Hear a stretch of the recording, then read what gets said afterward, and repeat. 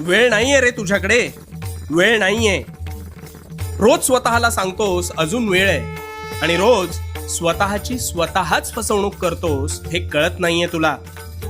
आत्ता जे मी तुला सांगणार आहे ते तुझ्या आयुष्याला कलाटणी देईल, त्यामुळे शांतपणे ऐक आणि मला मानत असशील तर अवश्य आचरणात आण.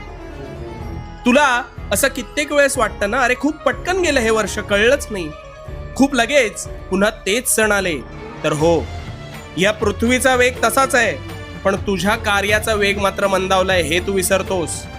ही धरणी त्याच वेगाने घिरट्या घालतीये, पण तू मात्र तुझ्या सुप्त मनाच्या आरामशाही जाळ्यात अडकून पडलायस. कसं ते सांगतो. तू ठरवतोस उद्यापासून अमुक एक गोष्ट चांगली करू, पण तो उद्या काही तुझ्या आयुष्यात उजाडत नाही, आणि जरी उजाडला तरी परवा तुझा तोच संकल्प संपुष्टात आलेला असतो.